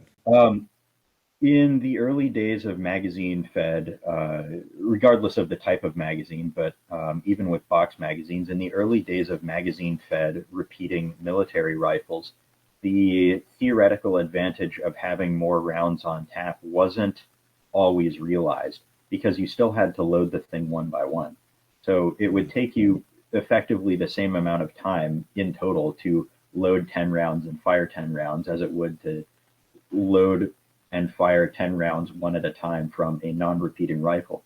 It wasn't until the clip was developed that magazines really became advantageous as more than something just a backup ammunition supply for if your position was being overrun. And you can see this in some military rifles from around the turn of the last century. So even M1903 Springfields, early ones used in the First World War, have a little magazine cutoff on the side. And the purpose for that was that doctrine at the time in the United States and in European militaries was to single load and single fire your rounds until you needed to use the magazine, then flip the oh crap switch and fire off your 5 rounds or 10 rounds from a Lee-Enfield. So it's kind of a 2-part invention. The magazine is great, but it becomes really useful when you can load all the rounds at once with a stripper clip or with an end block clip if it's something like a Carcano or a Mannlicher or something like that. Nice. Good information. You know what the most annoying magazine trivia is of all time? I don't know how many people have proudly told me that, the M16's magazine was originally supposed to be disposable. I'm like, yeah, I know, man. This is like the 150th time. You're not the only one that knows that. But the people who tell me that over and over and over again are so proud of themselves for knowing the most common factoid about the M16 that ever existed. And I'm like, all right, man, okay. Over and over and over, I get that. That's I can do you one better with annoying magazine trivia, and it applies to the M16 too. Okay. So people, this isn't really trivia. It's the other way around. It's a factoid. Okay. People refer to AR-15 type magazines, regardless, like as a general term, whether they're aluminum GI mags or Magpul P mags or steels or whatever. They refer to them as STANAG magazines, which is short for Standardization Agreement. It's NATO terminology for a rule that, it's a standardization agreement. It's in the name. They're very creative. But it refers to Standardization Agreement, or STANAG 4179, which is a draft STANAG. It was never ratified. Stop calling them that. That's so far over my head. I think he's. All right, fair enough. All right, you got it right. James Paris Lee, the Scottish-Canadian American firearms designer, and of course the Royal Small Arms Factory in Enfield Lock, England. Mm-hmm. That is what makes up the name of the Lee-Enfield. So I'm glad you got a good solid win after last week's question. Yeah, right. Although I don't know if we should give it to him. I mean, he got it all right, but he didn't give James Paris Lee's birth date. And they clearly provided that it was 1831 and he died on 1904. I guess we'll let it slide this time. Good job, Sam. Always a pleasure. You do a great job. Thank you, Sarah from Marietta, for submitting this question, but you did not stump my nephew. So, well, thanks for having me on, as always. And one more thing to all of you listening, I have a blog post that's been up for a little while now. That has a survey attached to it. And I need you all to fill out the survey because not enough people have done it. And I want to collect more data so it's useful. So please go fill that out. That's Where do we go? Going now. Yep. That is on the Gun Owners Radio blog. The blog post is called Help Me Collect Concealed Carry Data or something along those lines. Did I get it right? It'll be easy to find. Enough. Okay, got it. I don't think, So Help me collect concealed carry there you data. Go to gunownersradio.com/blog and find the blog that is anywhere near the name he just talked or he just told us. So, and I'm sure you'll get the right one. So there you go. There you are. Cool, man. We'll fill it out. Thank you. Thanks, Sam.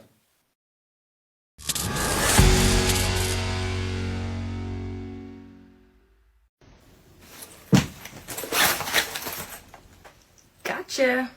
Don't do that. I actually learned you can still carry a baby, my precious little baby. He's just having a bad hair day. You can still carry and draw one-handed. I've been playing around with the incline tactical bag, and if my support hand is busy, I can actually still get to this with one hand, and I don't have to yeet my baby off my hip. Check out the incline tactical bags. They have a variety of colors. They've got blue like this one back here. They've got another pink and coral. They've got black and tan. 5 different colors. I like this one because it matches my shirt. And the name is called My VCR is Huge. But it's got really good and smooth zippers. There's Velcro on the inside. Add your own Velcro backed holster. Great for subcompact and compact. You've got 2 pull tabs, so whether you're lefty or righty, and he did add the weight to it, so that way it hangs out of the bag nicely. It's not going to fall back in the bag. And then you've got an additional pocket on the front with more Velcro for personal items. You can stage, something in a Velcro pouch like a spare mag, or you've also got the front pocket for additional items. I love these bags. They're water repellent. I usually wear them to walk my dogs. I take these to the gym all the time. But if you're looking for just a small option for when your hands are smothering my baby, when your hands are busy, because I personally don't suggest carrying your pew-pew in a large diaper bag. Those get set down or they're worn as backpacks. They're more easily, stolen off of your shoulder or going to be set down. They can be stolen out of a grocery cart or off the floor. So you can carry your diaper bag like a backpack and then have just a little fanny pack, and you can still have access to your self-defense tool if you're ever put in a vulnerable position and you have to react. All right, so that video was from the Instagram channel alpha_female_tactical. And I wanted to just mention a couple of things that I noticed here. So obviously, this is a worst case scenario. None of us want to think about the possibility of having an infant in our hands in the worst moment of our lives. That sounds like the things that nightmares are made of. But there are some pros and cons of whether or not you should put your baby down. And I wanted to talk through a few of these and then kind of give you guys some resources for some places that you can go to get additional education on this topic. In force-on-force classes, what I have pretty consistently seen is that when you are holding the infant and you are trying to draw one-handed and get good hits on target, the child actually got hit more often by the bad guy, sim rounds than if you put the baby down. And so it seems like in these scenarios, oftentimes putting the baby down is the safest option for them, even though it, of course, is going to go against every single instinct that you have to keep that baby close. But we have to think about this logically. The bad guy is trying to shoot you. He's not caring about your kid, most likely. There's very rare situations, right, where it might be actually a kidnapping attempt or something like that. But in general, the bad guy has his attention focused on you because you are the one with the gun. If you were to put your baby down and move away from the baby as you're getting a good two-handed grip on your gun and getting your sights on target, that is probably going to result in a better outcome for both you because you can get better hits on target with two hands, and for your baby because you are kind of distracting the bad guy in a direction that is further away from your child. When you keep your child in arms, obviously that bad guy's rounds could hit your child accidentally, even if he is aiming at you. You can help move the danger away from them once they're on the ground. And it's very rare for the bad guy to shift focus. So if the bad guy is focused on you because you are the biggest threat to him right now, you have a firearm, you are the biggest threat in the moment, he is very, very unlikely to shift his interest to the child on the ground. It's super unlikely that that is going to happen. In general, I think the best practice, if possible, is going to be putting the baby down so that there's a little bit of space. But now let's talk about some of the cons. You might have a baby who is unwilling to be let go of. You could have a child who is clinging onto you or refusing to let go. You could have a child who's actually being worn in some sort of a baby wrap or a carrier. And in that case, it would take way too much time and attention to take the baby off of you in order to get it onto the ground. So let's talk about 1791 Group. If your business is in the firearms industry, you've probably felt it. Marketing's expensive, social media is hostile, and it's far too easy to get lost in the noise. The 1791 Group fixes that. They help you to cut through the clutter by clarifying your message so customers instantly understand why they should buy from you. Then they build the systems, your website, CRM, ads, and content that actually turn interest into sales. And because they understand the community, they can even get your brand in front of our gun owners' radio audience, which includes over 100,000 engaged gun owners every month. Don't waste another dollar on marketing that doesn't work. Go to 1791group.com, that's 1791group.com, and tell them Michael from Gun Owners Radio sent you. Start growing with a team that's on your side. So there are some situations where that's just not going to be possible. It is not going to be feasible for you to put the baby down. If you do choose to put the baby down, that has to be rehearsed and practiced. It is very hard for parents to let go of their kids, especially in a moment like this. So you definitely have to get some reps in, make sure that you're practicing that in a safe way, obviously not with your real infant. What I've seen in classes is we use weighted backpacks or baby dolls to pretend to have an infant in our arms. And there are lots of different methods for putting a baby down quickly that is relatively safe for their bodies. We also want to remember that babies are pretty resilient, right? They get bumped around. It's all right if the baby is sitting up when it might, kind of fall back or something like that. Obviously, we don't want to do what was shown in this video at the beginning as kind of a joke, which is throwing the baby out of our arms. That is obviously not safe for an infant. A couple of resources I wanted to mention for you guys is the Armed Guardian class. This class is by Melody Lauer of Citizens Defense Research, and they have done a lot of force-on-force training. They've done a lot of research on this topic and have found some best practices for how to deal with infants and toddlers when you or if you get involved in a self-defense shooting. I highly recommend their curriculum. It is a fantastic multi-day class where you get to really explore some of the options available to you and practice. Another good resource is Tatiana Whitlock. She has some videos online about carrying with young children, and she has a video that talks specifically about the topic of drawing one-handed while you have an infant in arms. So I would definitely check out those resources as well. We've got some other considerations we want to think about with young kids. So one of those is a best practice for curious toddlers. Now, if you have a toddler who's right at that perfect height to bump their head into your gun on a regular basis, you should be ready with an excuse or with something that you tell them that makes them aware that they should not loudly announce in the grocery store line, "Dad, your gun just hit my head." We want to avoid those sorts of awkward experiences. So there are a few different options you have. You can have serious conversations with your children about the fact that carrying a gun is a private matter that we only talk about at home and away from other folks. We could have a conversation about never lifting people's shirts to look underneath, as that is private and should not be done in public. We could have conversations about belt buckles or something else that you could use as an excuse to your child if and when they hit their head. There's also other things that we can think about related to family safety plans. If you have young children, you should have a plan in place for when you are out and about in public.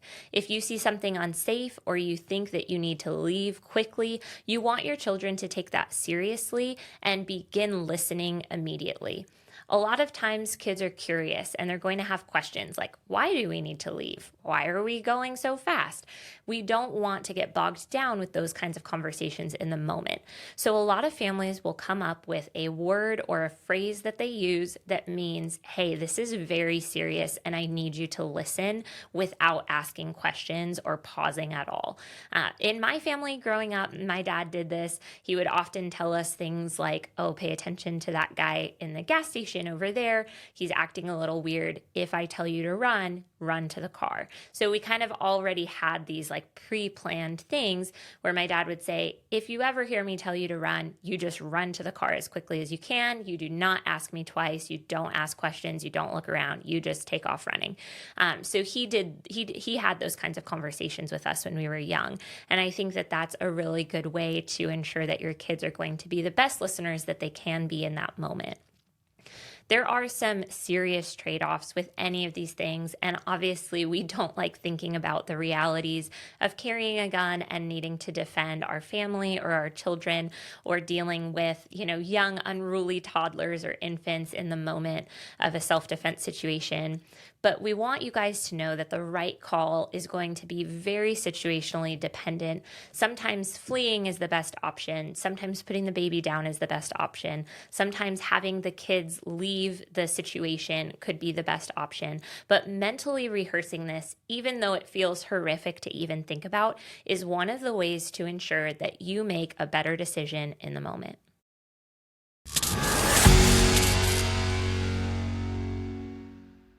So the lifeblood of every organization is membership. We absolutely need membership. And you as a Second Amendment activist want to be involved. You want to help make things better. And we have a way for you to be involved, get involved, and stay involved. Look at our volunteer page. If you go to sdcgo.org/volunteer, we keep it up to date, and there's always an opportunity for you to get more involved. Our bread and butter are our shooting socials, where we teach people how to shoot. They've never had a shooting experience. Maybe they're brand new to shooting and they want to have a first-time shooting experience. You can help us do that. Or if you want to help spread the word, we have tabletops at different gun shops, at different events, and you can volunteer to tell people more about the Second Amendment, more about how to get a CCW, or more about being a member of an organization like SDCGO. The good news is it's super easy. We'll help train you. We'll help you get involved. We'll give you the opportunity to do good things. If you don't have the time to volunteer, there's another way that you can help too. We are always looking for folks to donate. And if you want to pledge $5,000 in this next year, we will have you on our show as a guest host. So come join us in the studio. We would love to have you here for one episode, and that is for a price of $5,000. $5,000 donation to San Diego County Gun Owners gets you a guest host with me and Dakota and Alicia. You can talk about whatever you want to talk about, and you get to do whatever you want right here on Gun Owners Radio. So thank you so much. Whatever you do, just do a little bit more than you did last year and help us defend and preserve the Second Amendment right here in your backyard.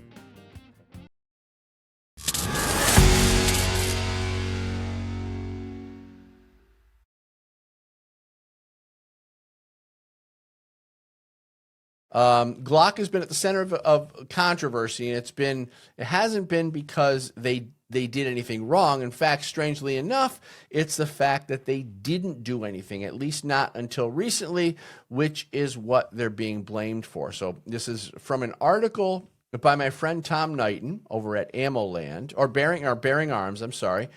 And one of the things Tom says, and I want to get your comment on this, Michael, it says, in particular, they didn't redesign their firearms so a device, now you got to follow this because this is interesting.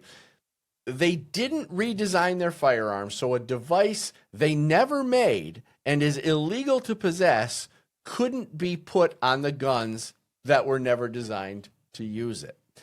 The lawsuit has specifically accused Glock of violating an Illinois state law and a related Chicago city ordinance by selling semi-automatic pistols that can be converted to fully automatic weapons by illegally installing an aftermarket switch known as an auto-sear, which is not even made or sold by Glock. So somehow Glock becomes responsible. Explain this to me. There's so many different levels to this story. It's so odd, and I got to tell you, some of the things that the antis have done are, leave me scratching my head. Some of the things that Glock has done leaves me scratching my head. But basically, yeah, it's completely ridiculous. Now, Glock originally, they came out with the Glock 17, and then they had the Glock 18. The Glock 18 is just a Glock 17 that had a switch.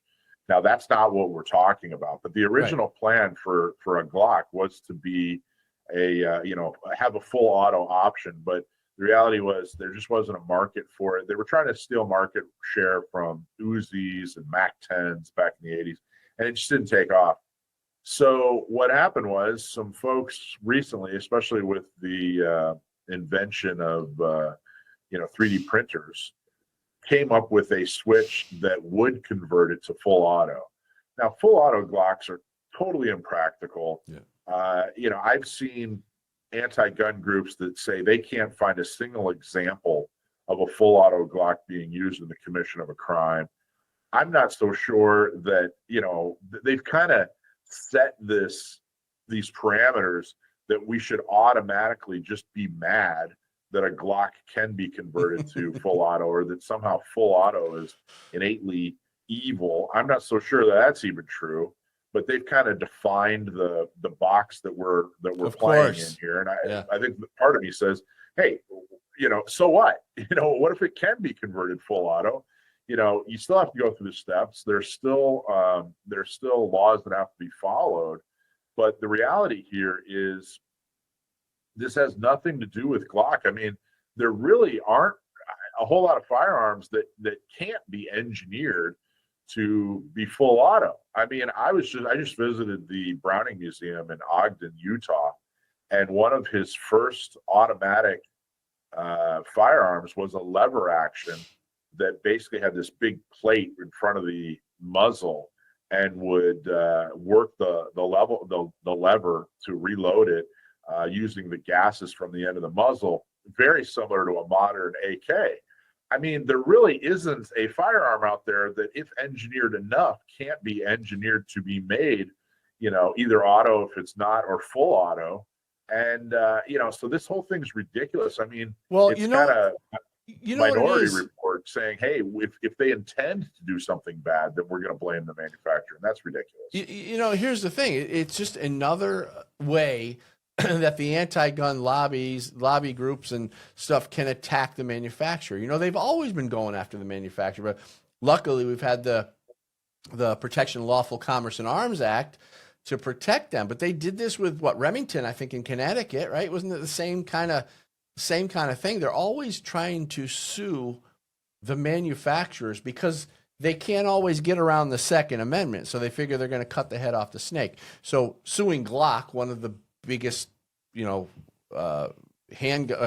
firearm manufacturers, they probably think that that's going to tarnish the whole Second Amendment community. I don't know.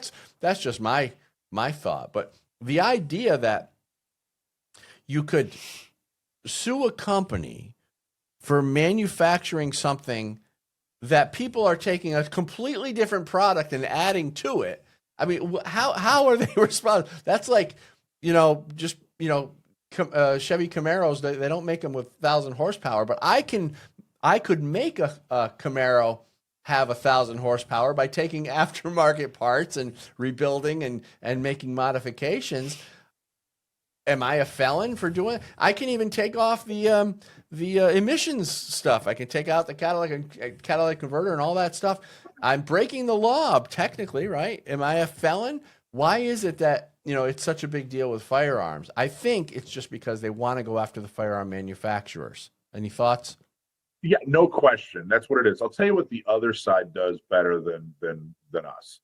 The anti-gun groups get together and they say, hey, this is our focus for the foreseeable future.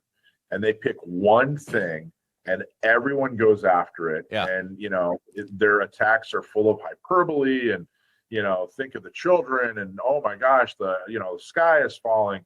And they do this from every angle, every organization, every advocate, every news story, every press release has to do with this one thing. A couple of years ago it was ghost guns. Oh, right. Well, now it's these Glock switches, and they concentrate on that one thing for a year, for 2 years, for 5 years, until they have, gotten every possible ounce of progress out of that one thing, and then they move on to something else. Yeah. So when you listen to their messaging, it's completely insincere. It's ridiculous.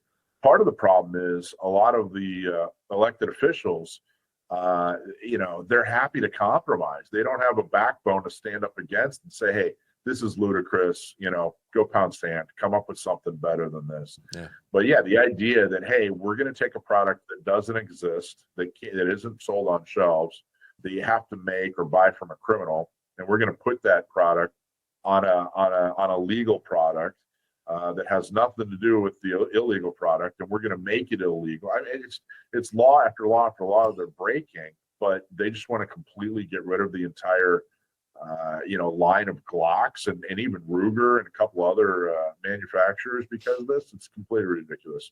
Well, but they're going to squeeze every ounce of success out of it they possibly can. Yeah, every ounce of media time they can get. We're going to come back to this real quick in 1 second. One more I want to show you one of our sponsors here. This is a really cool device. This device, the Cali key, removes your AR from the definition of an assault weapon. So did you know that when the so-called assault weapon ban lists are created, they exclude manually operated bolt-action firearms? So just by dropping the Cali key into your direct impingement AR in place of your semi-automatic BCG, you'll have a bolt-action rifle that falls outside the definition of an assault weapon. So you don't need to do anything else. So give the Cali key a look, because with it, you could retain all your rifle's features, avoid registration complications, revive your black rifle sales if you're an FFL, regain the ability to do private party transfers, legally transport across hostile jurisdictions, hunt with your AR in areas like Pennsylvania, enhance long-range precision and quieter suppressed shooting. Cali Key has state-specific expert attorney opinions on its website and supports grassroots Second Amendment organizations with its sales. Cali Key's mission is to empower customers and claw back our civil liberties. So go to calikey.com and use the discount code LOADED. All right, so back to this Glock thing, Michael. Now, Glock is recently creating a whole bunch of new models, aren't they? Yeah, it's kind of interesting. And this is, like I said, some of the things that Glock have done, some of the things they've done, I don't know what to make out of it now. So let me kind of go through it. You know, back in the spring, they actually announced that they were going to discontinue a lot of their models, and it didn't really make a lot of news. Didn't make a lot of waves. We covered it on our podcast on Gun Owners Radio. We talked about it, but there wasn't a whole lot of information. They just said, "Hey, we're going to discontinue these models." Well, then a couple of months ago, they took it a step further. But in the meantime, a lot of lawsuits started against Glock, like we said. In California, there was actually a law passed, AB 1127, that said if you're manufacturing a firearm that has a cruciform bar in the trigger mechanism, which is just a piece of metal that's a part of the trigger mechanism that's in the shape of a cross, and it can be easily converted, using regular household tools, not specialized equipment, to full auto, then it cannot be sold in California unless you're a cop. Then it can be sold to you. Now, the interesting thing about cops, that, right? just to talk about that law, is, well, if it could be easily converted to be fully automatic and it doesn't have a cruciform, bar in it, then that's okay. Number one. And number two, it can still have the cruciform bar as long as it can't be converted. Like, what? It doesn't make any sense the way that they wrote the law. It really, truly, it didn't have anything to do with safety. It had everything to do with Glock. Yeah, you know what I mean? And a lot of times these people writing the actual laws don't know enough about the mechanics of firearms to be talking about this stuff. So it really just annoys me, and especially then you get down to the local level and you get local politicians talking about stuff just that they have no business even talking about.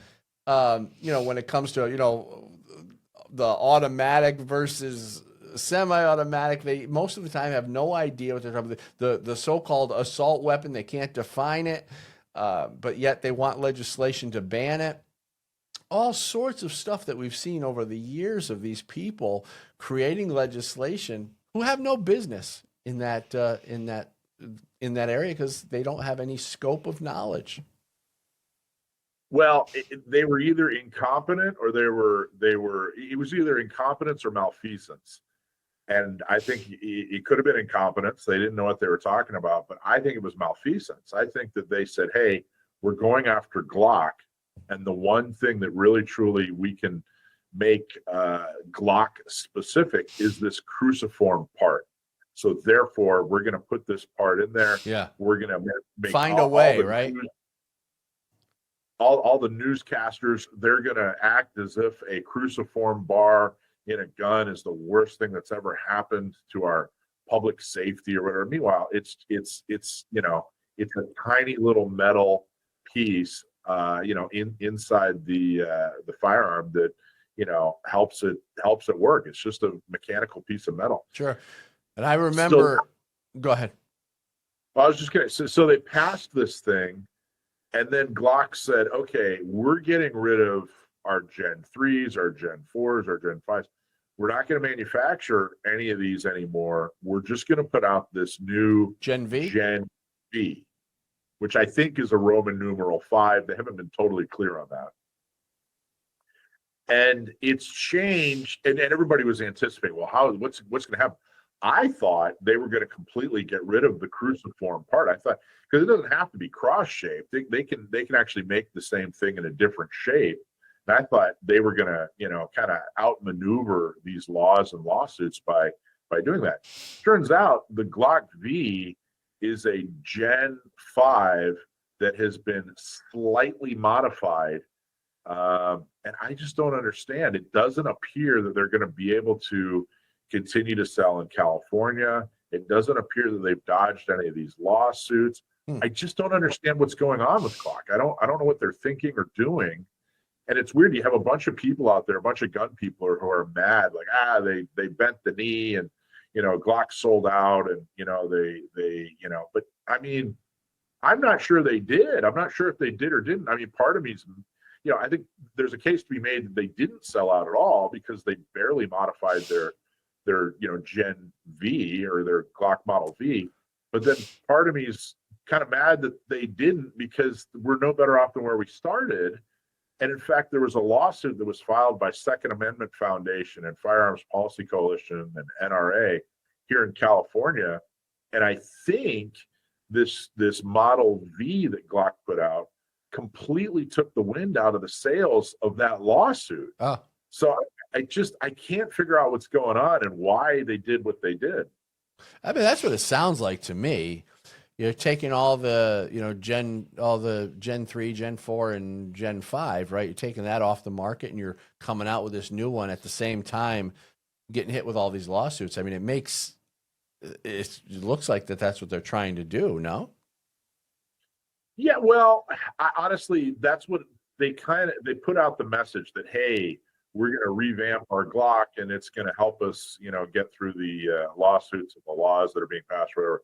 Honestly, I think that I'm totally speculating, but I think that I think that the top, a year or 2 or 3 years ago, the top of Glock said, hey, we need to clean up our product line. So let's get rid of some of the versions that aren't selling. Yeah. Let's stop with the multiple generations. Like let's do a major change that still maintains what people love about Glock, but makes things easier or whatever. Plus they had like their copyrights and whatever. They were starting to expire, and people are making Glock clones.